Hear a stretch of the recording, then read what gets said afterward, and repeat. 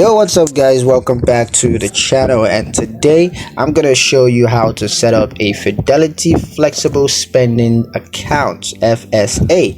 All right, if you've been wondering how to set up a Fidelity flexible spending account, this video is gonna help you out with that. It's gonna be a really quick one. We're not gonna waste any time. I'm just gonna give you guys a step-by-step guide on how to get this done. So let's not waste any more time and jump straight into the video. Now, the first thing you're gonna need to do, of course, is to log into your Fidelity account. You can choose to do so online on the Fidelity website, or you could choose to log into your account on the Fidelity mobile app. Now, once you're logged into your account, you just want to click on investment products, and then you're going to select FSA.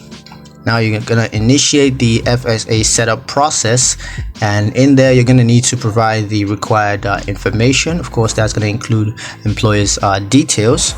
And once that's done, you want to choose the FSA option and then confirm the FSA details to make sure that everything is accurate.